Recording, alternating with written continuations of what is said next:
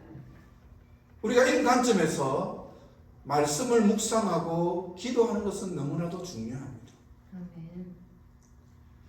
마귀의 권세를 대적하고 사탄의 권세를 대적하기 위해서 하나님의 뜻을 분별하기 위해서 우리가 말씀을 묵상하고 기도하는 것은 너무나도 중요하죠. 왜 그렇습니까? 하나님의 말씀은 성령의 영감으로 쓰여진 하나님의 말씀입니다. 말씀을 묵상하고 말씀을 읽게 되면요, 하나님의 성령이 우리 안에 들어오게 됩니다. 하나님의 진리가 우리 가운데 들어오게 되죠. 그리고 말씀을 읽고 성경을 묵상하게 되면요, 우리 마음속에서 의심이 떠나가게 되고 믿음이 생기게 되고 영적인 힘이 생기게 됩니다. 사탄이 가장 두려워하는 것은 무엇일까요? 우리가 예수 그리스도를 우리의 마음에 모시고 살아가는 것입니다. 사탄이 가장 두려워하는 것은 예수 그리스도입니다. 그래서 우리가 예수 그리스도를 우리의 마음속에 모시고 예수 그리스도의 통치를 받고 예수 그리스도의 지배를 받는 것을 가장 싫어하는 것이 사탄 마귀입니다. 그래서 사탄은 우리가 하나님께 나아가서 말씀을 읽고 기도하는 시간을 못하도록 방해를 합니다. 여러분, 그런 이야기 들어보셨습니까? 사탄이 우리를 대적하기 위해서 회의를 했다는 말을 들어본 적이 있습니까? 사탄이 믿는 성도들, 그리스도인들을 대적하기 위해서 회의를 했는데 그 결론이 무엇인지 아십니까? 그리스도인들의 삶을 하찮은 일에 바쁘게 만들고 그들의 마음속에 수많은 스케줄을 넣어두도록 하시오. 사탄은요, 우리를 바쁘게 만듭니다. 우리가 한눈 팔아서 예수님께 나아가지 못하도록 하는 것이 사탄의 전략입니다. 현대인들은 너무나 바쁘죠. TV나 유튜브에 빠져서 기도하고 말씀 보는 시간이 없습니다. 돈 버는데 바쁘고 현실적인 삶에 너무 바빠서 하나님께 기도할 시간이 없습니다. 너무 바쁘다 보니까 집에서 자녀들과 보내는 시간도 없지요. 여러분, 이곳에 혹시 너무 바빠서 너무 여러분의 시간에 바쁘고 너무나도 분주해서 말씀 묵상하고 말씀 읽고 기도할 시간도 없는 분 있습니까? 여러분의 삶을 돌아보시고 여러분의 시간을 한번 조정해 보시기를 바랍니다. 사랑하는 하늘샘교회 성도님들, 말씀 묵상과 기도하는 것을 사수하시기를 주님의 이름으로 축복합니다. 아멘. 마무리하겠습니다. 올 한 해 우리가 사탄의 권세를 대적하고 오직 하나님의 말씀만을 따라가는 저와 여러분 될 수 있기를 주님의 이름으로 축복합니다. 아멘. 우리 다 같이 찬양하도록 하겠습니다. 주 믿는 사람 일어나.